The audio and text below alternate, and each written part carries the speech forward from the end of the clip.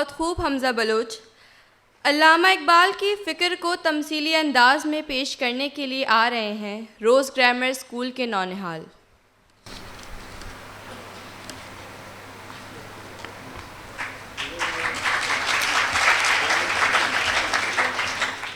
बिस्मिल्लाहिर्रहमानिर्रहीम। अस्सलामुअलैकुम। मैं रोज़ हाउस ग्रामर स्कूल की तालिब इल्म अपने ड्रामे के आगाज़ से पहले इनकी किरदारों का तारुफ करवाना चाहूँगी। Principal,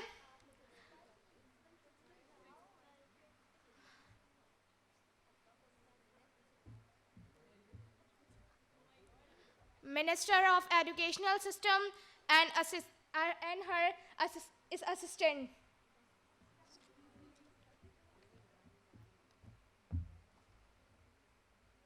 judges,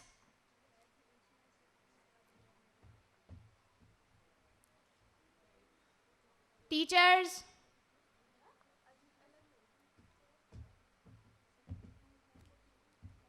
lawyers,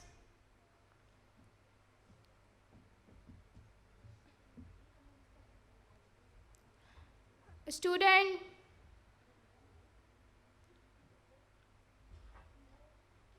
witness,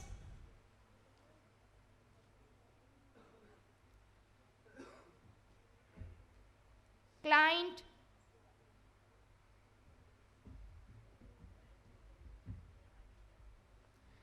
Hindu leader,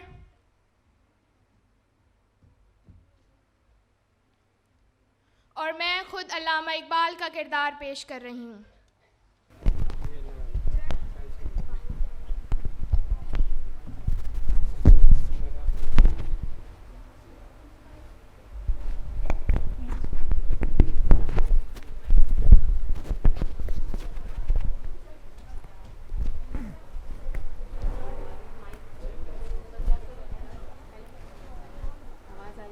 hello,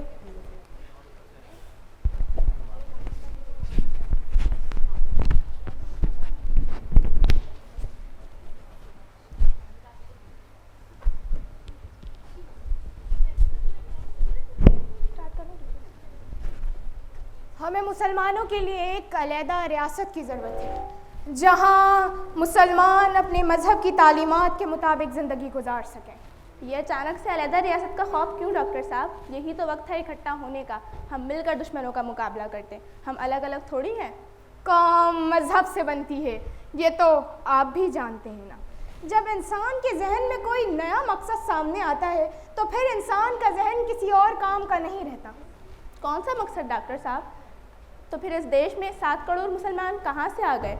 और अगर हम यहाँ के 7 करोड़ मुसलमानों को दिल में जगह दे भी दें तो क्या होगा? हर तरफ से मुसलमान घोड़ों पर सवार होकर हमारे दिलों में उतरेंगे तो हम क्या करेंगे? कहीं हमारा कलेजा ही ना फट जाए। जिस तरह दौरे कदीम में हमारे बुज़ुर्गों की रियासत कायम थी, मेरा ये कहना है कि अब उस रियासत को लेकर आगे चलने का वक्त करीब आ चुका है। मरे हुए शहंशाहों को कब्रों से निकाल कर अपनी हुक्मरानी वापस लाएंगे।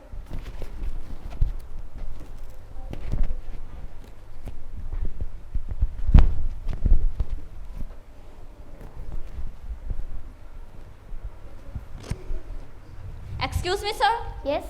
क्या आप ही अरमान साहब हैं? जी। दरअसल आज से आप क्लास नहीं लेंगे, क्लास मैं लूँगा। लेकिन क्यों? वैसे आप कौन हैं? मैं कौन हूँ? शायद आप मुझे जानते नहीं कि मैं कौन हूँ। बहरहाल अगर आपको कोई इशू है तो आप मेरे चचा प्रिंसिपल से बात कर लें। ठीक।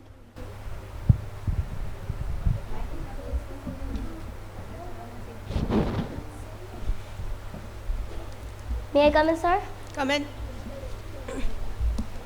सर, ये आपने मेरी जगह किसे हायर कर लिया है? अरे हाँ, मैं आपको बताना भूल गया, आपकी जगह अब कोई और आएगा पढ़ाने।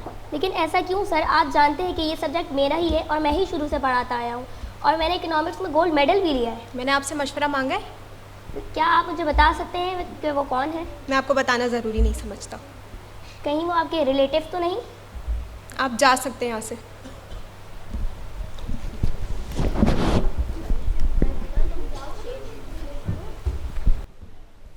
अपने किरदार पर डालकर पर्दा इकबाल, हर शख्स कह रहा है ज़माना ख़राब है। अल्लामा इकबाल, आपने क्या सोचकर इस मुल्क का तस्वर पेश किया था?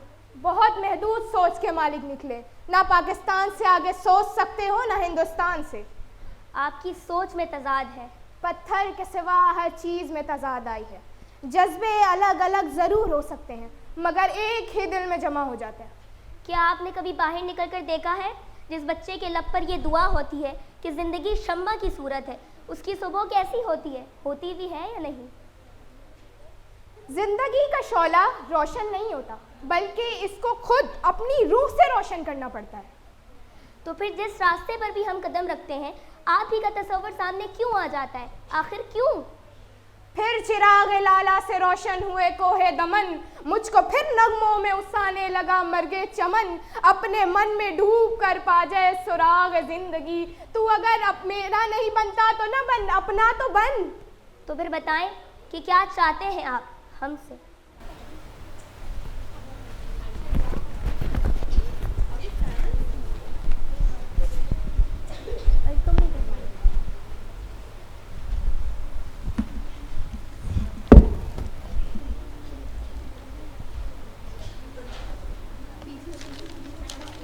सर, यस, मुझे आपसे कुछ बात करनी थी। बोलें। सर, बहुत से सवालात ने मेरे जहन को उलझा के रखा हुआ है। ऐसे कौन से सवाल है?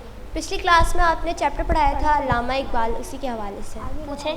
सर, क्या ऐसा हो सकता है कि इस दुनिया से गुर्बत और नाइंसाफ़ी हमेशा के लिए ख़त्म हो जाए? आप क्यों पूछ रहे हैं? सर, उस किताब में लिखा हुआ था।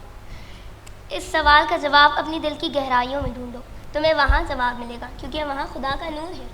सर, ये दुनिया बड़ी मसरूफ़ है, यहाँ पे किसी के पास किसी के लिए वक्त नहीं होता, तो भला मैं इस दुनिया के बारे में कैसे सोच सकती हूँ?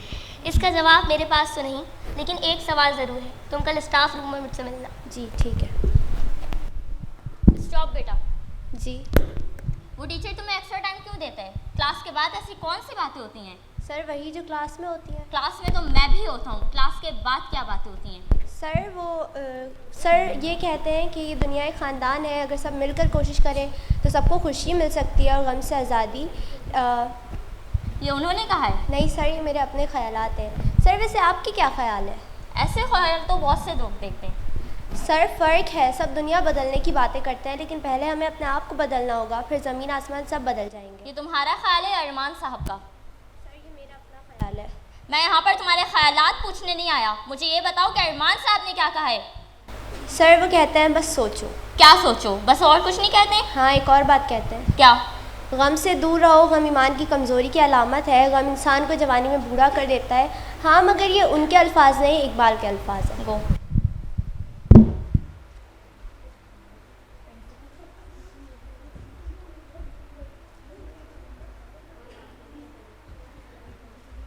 मे आई कम इन sir? Come in. Yes sir, आपने मुझे बुलाया? जी, अरमान साहब, आप बच्चों को क्या पढ़ा रहे हैं? ऐसा क्या पढ़ा दिया है मैंने सर? आप सिलेबस से हट के पढ़ा रहे हैं? मैं तो सिर्फ इकबाल पढ़ा रहा हूँ। इंसानी रूह की मंजिल ये है कि खुदा के साथ मिलकर कायनात की तख्लीक में हिस्सा ले। क्या ये आप बच्चों को पढ़ा रहे हैं? ये इकबाल के लेक्चर्स है जो उन्होंने यूनिवर्सिटी में दिए थे। ये बच्चों के लिए नहीं है। ये इकबाल की अहम तरीन किताबों में से जो उन्होंने नौजवान नस्लों के लिए ख़ास तौर पर लिखी थी। अरमान साहब, आपको मैं यही कह रहा हूँ कि आपने इकबाल की अहम तरीन किताब बच्चों के हाथ में कैसे थमा दी? अब आप जा सकते हैं, आप अपने प्लीज़ सब्जेक्ट में फोकस करें।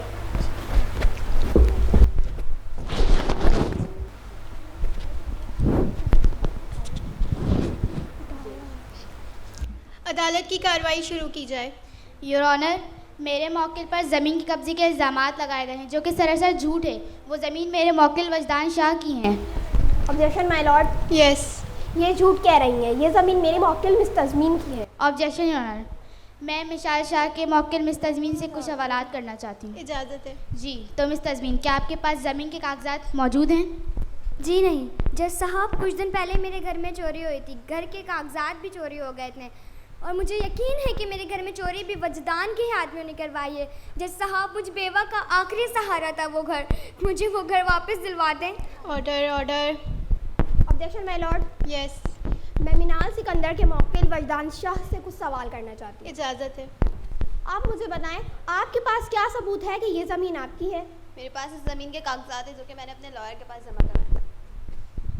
यस योर ऑनर, मेरे पास ज़मीन के कागजात मौजूद हैं।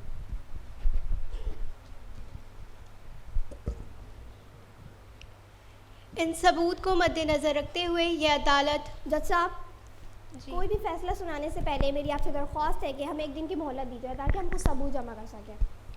यह अदालत मिस तज़मीन के वकील मिशाल शाह के इसरार पर उन्हें एक दिन की मोहलत देती है। अदालत की कार्रवाई ख़त्म हुई। उठो मेरी दुनिया के गरीबों को जगा दो, खा के उम्रा के दरो दीवार को हिला दो। देखा, मैंने तुमसे कहा था ना कि हम पैसे के बलबूते पे ये केस जीत सकते हैं।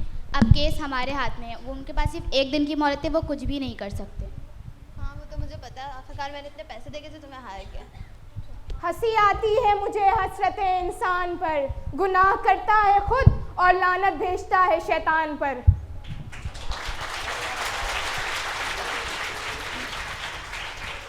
हम कुछ भी नहीं कर सकते, हम केस हार जाएंगे। ये पैसे के दम पे खड़े अमीर लोग कुछ भी कर सकते हैं। देखिए मिस अज़मीन, आप उम्मीद रखें। आप मुझे बताएं कि ऐसा कोई वाक़या हुआ है आपके साथ जो हमें अदालत में सबूत के तौर पर काम आए? मुझे कुछ भी याद नहीं आ रहा है। देखिए मिस तज़मीन, अगर आप फिक्र करेंगे तो आपको कुछ नहीं याद आएगा। आप अपने दिमाग पे जोर डालिए, आपको ज़रूर कुछ याद आएगा। हाँ, मुझे याद आया। हमारे मोहल्ले में सलीम साहब रहते हैं। उनके घर के बाहर कैमरा लगा हुआ है। वो बहुत भले इंसान है, वो हमारी मदद ज़रूर करेंगे। सही है, अगर हमें CCTV फुटेज रिकॉर्ड मिल जाता है तो हमें अदालत में सबूत के तौर पर काम आ सकते हैं। आप मुझे उनके घर ले चलें।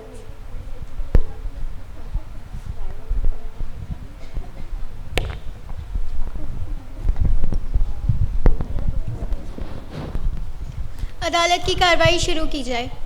जी, तुम इसमें मिशाल शाह, आपने अदालत से एक दिन की मोहलत ली थी, तो क्या अब आपके पास कोई सबूत है?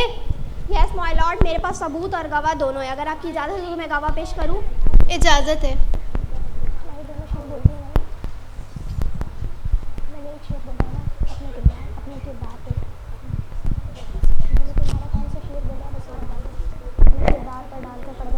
तो आप मुझे बताएं कि मिस तज़मीन की घर जो चोरी आपने की है वो वजदान शाह के कहने पे ही की है ना? जी जज साहब, मुझे माफ़ कर दें, दरअसल मैं लालच में आ गया था। इन्होंने मुझे इस काम के लिए रकम दी थी, वरना मैं इनके घर चोरी कभी नहीं करता। नहीं जज साहब, ये झूठ बोल रहे हैं, मैं नहीं जानता ये कौन है, मैंने इसे कोई पैसा नहीं दिया। Objection my Lord. यस, मेरे पास ही CCTV फुटेज रिकॉर्ड है जिससे साबित हो जाएगा कि मिस तज़मीन के घर चोरी वजदान शाह के आदमियों ने ही की है। Objection your honour. Objection overruled. इन सबूत और गवाहों को मद्देनज़र रखते हुए यह अदालत मिस तज़मीन को बेकसूर करार देती है और वजदान शाह को मिस तज़मीन के घर पर चोरी करवाने और उनके ज़मीन पर कब्ज़ा करने के जुर्म में सख्त से सख्त कानूनी कार्रवाई का हुक्म देती है। अदालत की कार्रवाई ख़त्म हुई।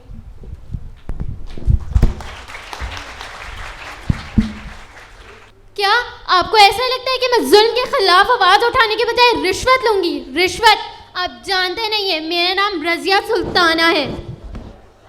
आज की फाइल्स ये ले मैम, इस फाइल में ही इस बंदे ने 4 कत्ल किए हैं। क्या इसको अब तक सज़ा क्यों नहीं मिली? अब तक बाहर क्यों फिर रहा है? वेल, अब साइन भी हो गया, इसे सज़ा में मिल जाएगी। नेक्स्ट। इस शख्स ने सरकारी इदारा बनाने के लिए जो फंड लिया था, इसने सारे पैसे खा लिए। कब पाकिस्तान से इन फ्रॉड करने वालों का खात्मा होगा और कब पाकिस्तान इकबाल के तसव्वुर का पाकिस्तान बनेगा? इस शख्स ने कल्चर के नाम पे बहुत पैसा खाए हैं। और कुछ? जी, वो सब लोग बाहर बैठे हैं, कह रहे हैं आपसे मिलना चाहते हैं। क्या ये माशरे के नासूर मेरे मुल्क के चेहरे पे बदनुमा दाग मेरी ही ऑफिस की लॉबी में बैठे हैं? रिसेप्शनिस्ट ने उन्हें यहाँ आने कैसे दिया? रिसेप्शनिस्ट की भी फाइल निकालूं? नहीं, उन सबको बाहर निकालो। श्योर मैम का हुक्म है, उन सब लोगों को बाहर निकालो।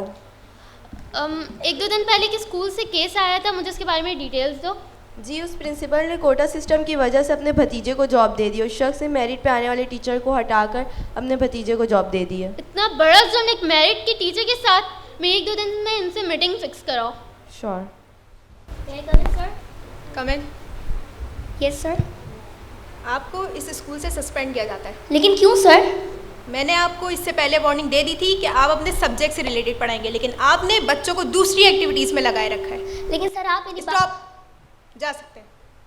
मत कर खाक के पुतले पे गरूर बेनियाजी, खुद में ही झांक कर देख के तुझ में रखा क्या है।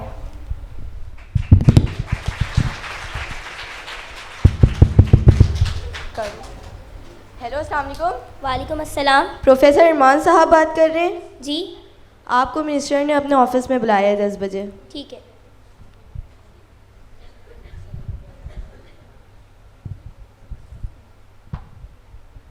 तो आप हैं अरमान साहब? जी। अरमान साहब, मैंने आपके बारे में बहुत सुना है कि आप बच्चों को इकबाल के तसव्वुर के मुताबिक लेकर चलने की कोशिश कर रहे हैं। बस कोशिश है मेरी। तो अरमान साहब, आपके ख्यालात क्या हैं? यही कि हमें आज़ाद हुए 75 साल गुजर गए हैं। यहाँ तो 7 साल का बच्चा भी बूढ़ा हो जाता है, लेकिन हम कब बड़े होंगे? हम कब समझेंगे कि ये मुल्क अपने इतनी जद्दोजहद और कुर्बानियों के बाद इसलिए हासिल नहीं किया था कि हम हाथ पर हाथ धरकर बैठ जाएं, बल्कि हमें बुराई को रोकना होगा और भलाई को फैलाना होगा। और इसकी कोशिश हमें कल से नहीं, आज से करनी होगी, बल्कि अभी से। तभी तो बनेगा पुरुमीद पाकिस्तान। आपने इकबाल का वो शेर तो सुना ही होगा, नहीं तेरा नशेमन कसरे सुल्तानी के गुंबद पर, तू शाही है बसेरा कर पहाड़ों की चट्टानों में। सर अरमान साहब, आपने जो बात मुझसे कही है, क्या आप ये पूरे मुल्क के सामने कह सकते हैं? जी जी ज़रूर। अरमान साहब की फ़ाइल निकलवाओ और 1-2 दिन में एक सेमिनार अरेंज करवाओ जिसमें हर स्कूल और हर कॉलेज से स्टूडेंट इनवाइटेड होंगे। अरमान साहब वहाँ अपनी स्पीच देंगे। जी मैम। जिंदगी का राज यही है, जहाँ रहो जिस हालत में रहो, खुश रहो मुतमईन रहो।